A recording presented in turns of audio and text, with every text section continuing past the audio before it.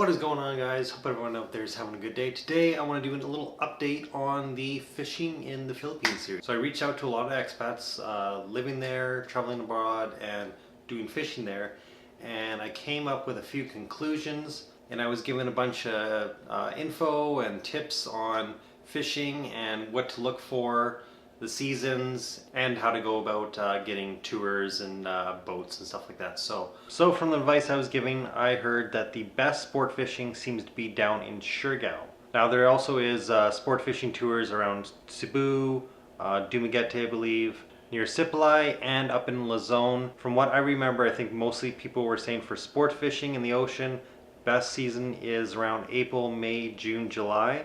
So we're kind of going to be missing it when we go over there, but I'm not really too worried. I've never really done much ocean fishing, so I kind of think I'm going to stick to what I know, which is lakes and rivers and stocked fishing ponds.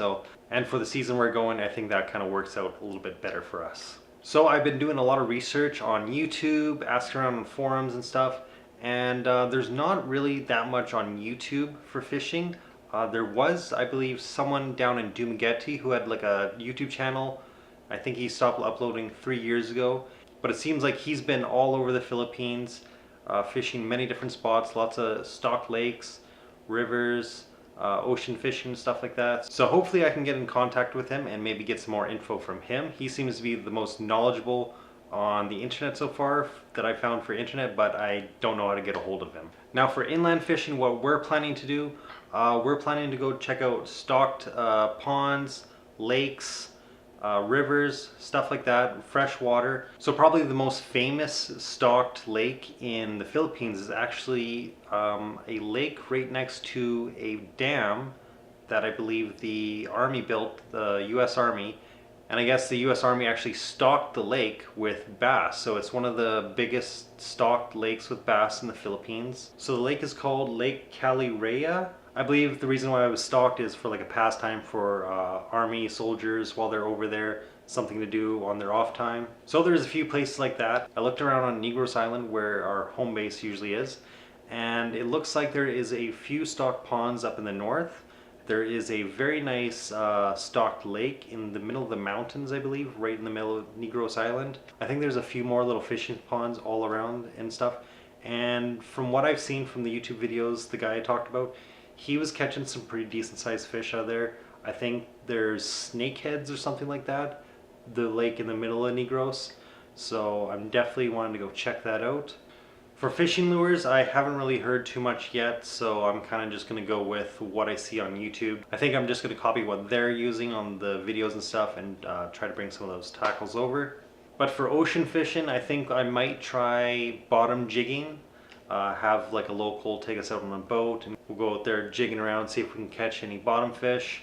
But what I've been told is on the west coast of Negros Island, like around Sipalay and Bacolod and all that, I heard people who did lots of fishing with boats trolling up and down there. Some sailboaters told me they had their lines out fishing all over that area and they weren't really catching a single thing. They caught a lot of plastic bags and garbage and stuff.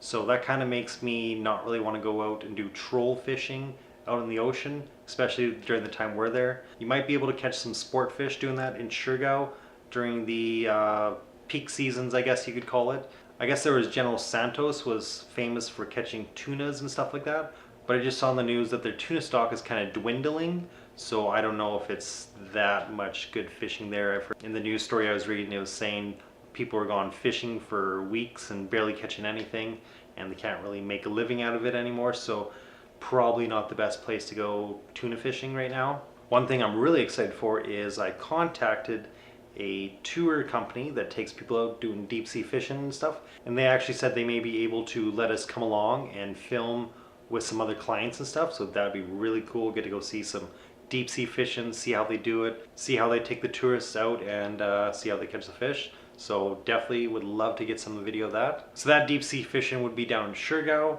I've contacted a few in Cebu and a couple other places, haven't heard anything back yet.